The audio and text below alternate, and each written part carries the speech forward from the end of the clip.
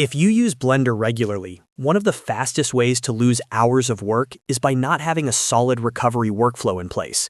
In this video, I'm going to show you how to avoid data loss in Blender using a few simple settings and habits that can save your project if Blender crashes, a file gets corrupted, or something goes missing. If this video helps you, please hit like and subscribe for more Blender tutorials. Let's get into it. First, go to Edit, then Preferences, and open the File Path section. Here, enable autosave, so Blender automatically creates temporary saves every few minutes. This is your first safety net, because if Blender suddenly closes, you still have a recent copy to recover. Right below that, set save versions to 5 or 10.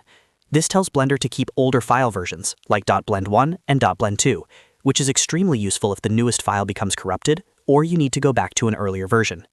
Next, go to File, then External Data, and choose Pack Resources. This is a huge one. Packing resources embeds textures, sounds, and fonts directly into the .blend file, so when you move the project folder or send it to another computer, your assets are much less likely to go missing. After that, open Preferences again and go to Save and Load. Turn on Auto-Run Python scripts if your project uses complex rigs, drivers, or custom tools that rely on scripts to work properly. Without this, some animation setups can load incorrectly or break when you reopen the file. Another habit that can save you from disaster is using File, then Save Copy before making major destructive changes.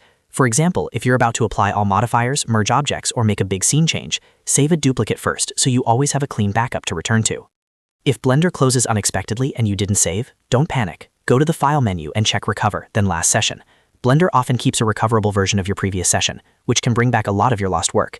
You should also check Recover, then Autosave. This is where Blender stores time-stamped temporary files, usually in your system temp folder or /tmp directory, depending on your operating system. If you need an older backup, this is often where you'll find it.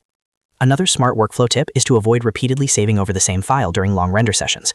Instead, use a numbered naming convention, like project.vo1.blend, project.vo2.blend, and so on. That way, if something goes wrong, you always have multiple checkpoints instead of only one risky file. On Windows, it's also a good idea to keep the System Console open by going to Window and then toggle System Console. This lets you see warnings, errors, and helpful messages before a crash happens, which can give you clues about what is causing the problem. And finally, if you want to bring an object into a new scene without making it dependent on the original file, use File and then Append instead of Link.